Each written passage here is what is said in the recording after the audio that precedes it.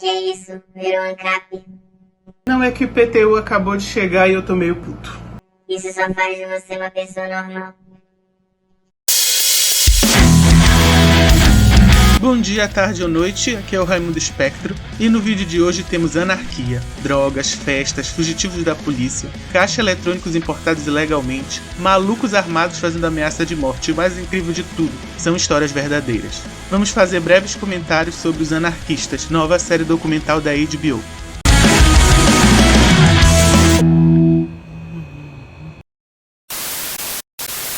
O que você diria de alguém que fala que prefere levar os filhos pequenos para assistir um filme pornográfico do que ir para uma escola estatal?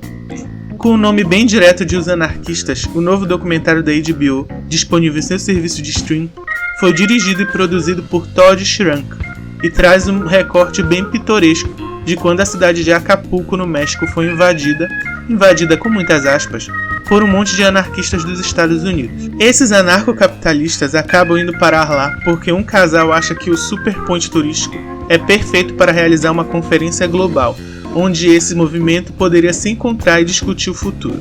Acontece que Acapulco não é só uma das cidades mais bonitas do mundo, como também é uma das mais perigosas, e os anarquistas, por sua vez, não compactuam com a ideia de tomar cuidado onde pisam. O documentário vai desde o primeiro episódio ter 3 focos narrativos correndo em paralelo para demonstrar a evolução desta comunidade. Ele abre com Jeff Berwick, o fundador da Anarcapulco, que é um daqueles ricaços que fez fortuna especulando na bolsa de valores, e obviamente com moedas descentralizadas, como os famosos bitcoins.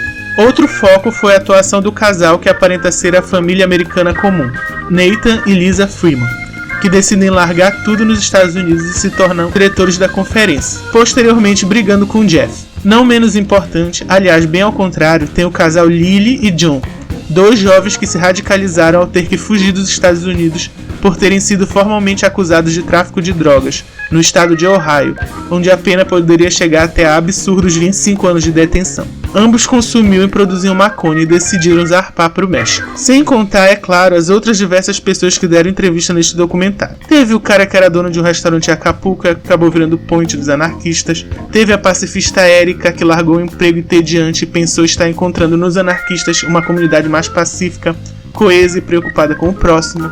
Teve o Jason, que foi com a namorada tentar uma vida diferente da que estavam acostumados e acabou se descobrindo corno e ainda tomou um tiro. Além do completamente destruído mentalmente Paul, ex-militar dos exércitos dos Estados Unidos, que era uma mistura de violência, drogas pesadas e ideais milicianos. A série documental é dividida em 6 episódios, começando de uma forma mais conceitual e até um pouco distante dos personagens, logo caindo fundo na vida dessas pessoas de pensamento bem alternativo e algumas vezes bizarro.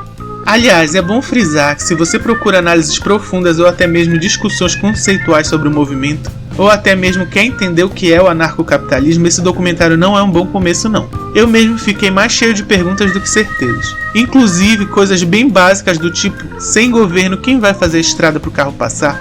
Surgiram na minha cabeça. Mas a realidade é que o documentário não se preocupa em discutir o movimento, mas sim em mostrar como foi uma das experiências reais próximas do que os anarcocapitalistas pregam.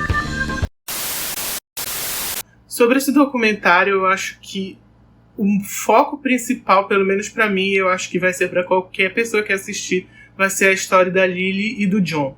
Em especial da Lily. Esses não são os nomes verdadeiros deles, apesar de que, em certo ponto, o que demonstra o quão inconsistente é esse documentário, você vai saber quais são os nomes verdadeiros deles.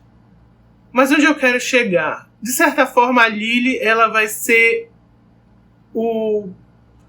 a forma mais corpórea que você vai ter de entender esse movimento que está surgindo. Porque a história da Lily é basicamente uma história de origem de um vilão do Batman. Ela, quando era criança, morava numa casa que não tinha tantos recursos, com vários irmãos, sendo que cada um era de um pai diferente.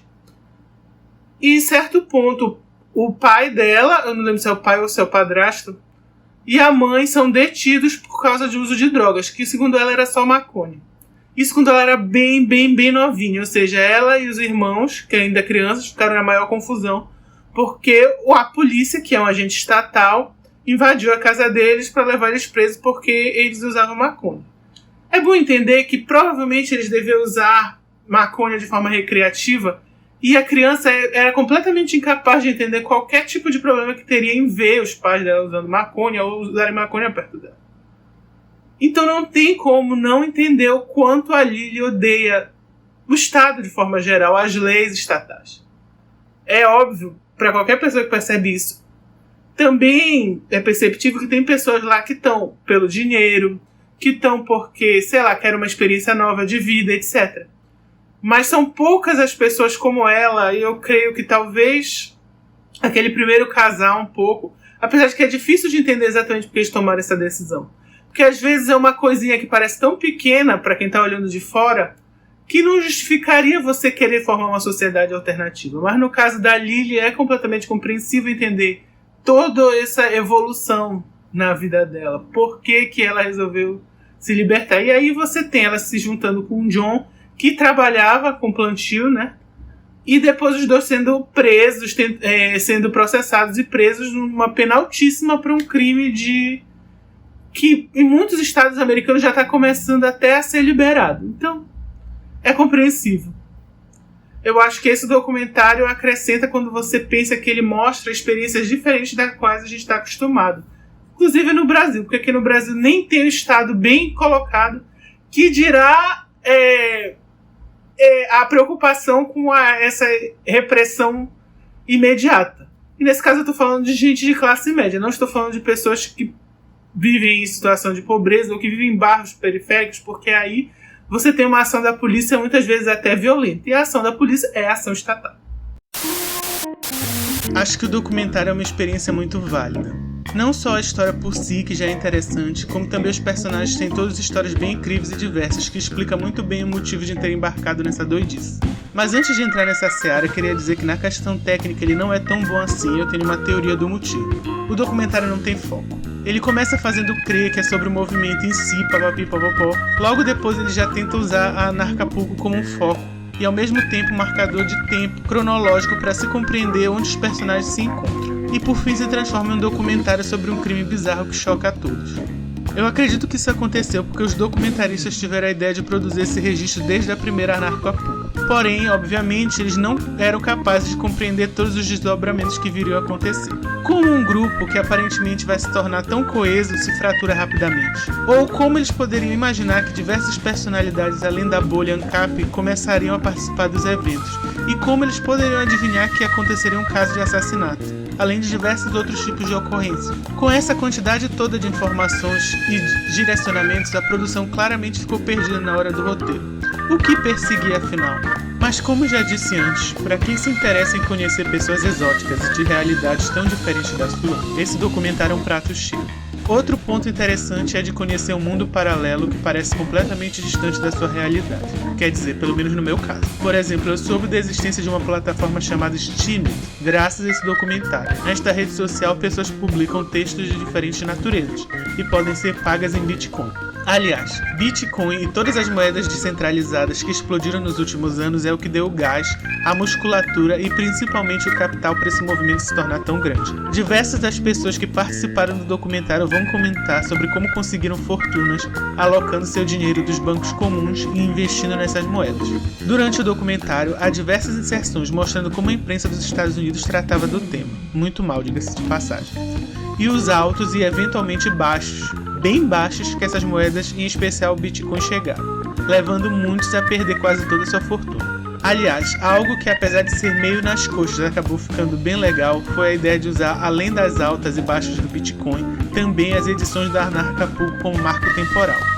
Se constrói, proposital ou não, uma relação quase simbiótica entre a comunidade, as moedas e a conferência. As três parecem a princípio em ascensão e em caráter harmonioso, porém com o tempo as três caem juntas em uma espiral caótica, levando a seu esfacelamento. Bom, para vocês que ficaram assustados com o título, eu vou evitar dar spoilers, porque eu acho que é muito interessante que vocês tenham o choque que eu tive assistindo o documentário e vendo o que acontece. Mas nós vamos ter aqui, em certo momento, um assassinato, no qual uma casa onde algumas dessas pessoas anarquistas moram é invadida. Nela, uma pessoa é assassinada e outro é ferido. Posteriormente, nós vamos ter um anarquista se suicidando. Ele já não estava mais morando em Acapulco, aparentemente ele tinha voltado para os Estados Unidos. E ainda por cima um outro que morreu porque ele estava com problemas graves de saúde e não queria gastar dinheiro pagando o que era necessário para se curar. Ele achava que a conta dos hospitais ia andar muito alta. E foi ao mesmo tempo que teve o começo da queda, né, dos bitcoins. E ele começou a perder dinheiro, se preocupou se ia conseguir manter tudo que ele mantinha. E manteve o segredo da doença até não poder voltar mais. Muito triste, na verdade, mas isso sim é que é uma festa, né? 3 mortos, um ferido, um monte de bagunça e muita história pra contar. Entre mortos e feridos, o que nesse caso teve mesmo, fica o aprendizado através da história de vida apresentada pelos protagonistas do documentário. Sem dúvida, eu destacaria o foco na história de vida da Lily. Entender por que o anarcocapitalismo foi uma ideologia tão sedutora para ela ajuda a começar a entender por que ideologias, independentes de quais sejam, são tão sedutoras para todos nós. Também o documentário é ótimo para entender que ideologia não esgota a alma humana e todas as suas peculiaridades. Foi com essas peculiaridades que os anarquistas de Acapulco não estavam preparados para lidar.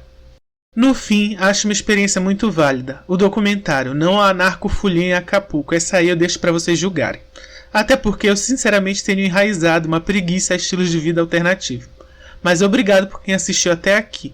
E por favor pense em curtir o vídeo, compartilhar, comentar e se possível se inscrever no canal para me dar aquela força. Obrigado e até o próximo vídeo.